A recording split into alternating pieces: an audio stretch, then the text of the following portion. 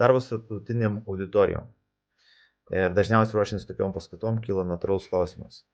Ar turėčiau būti atidesnis, rinkdamas pavyzdžius, ar turėčiau pernelyg prisitaikyti, tai yra būti formalesnis, dėstydamas tam tikrą paskaitą.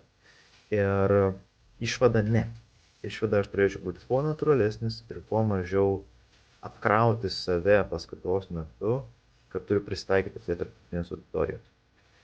Kas labai pasiteisino, tai būti visiškai atviram ir nuoširdžiam ir negalvoti, kad mes esame pernelyg skirtingi.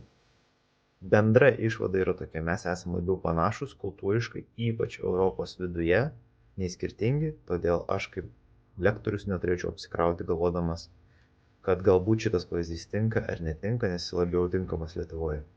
Pasirodo, mes esame labiau panašus nei skirtingi. Šiuo metu esu Varšuvoje, jau 2 savaitės dirbu čionais auditoriją ir labai džiaugiuosi, kad pavyko pažinti dar geriau mūsų kaimynus Lenkus ir atrasti dar daugiau panašumų nei skirtumų.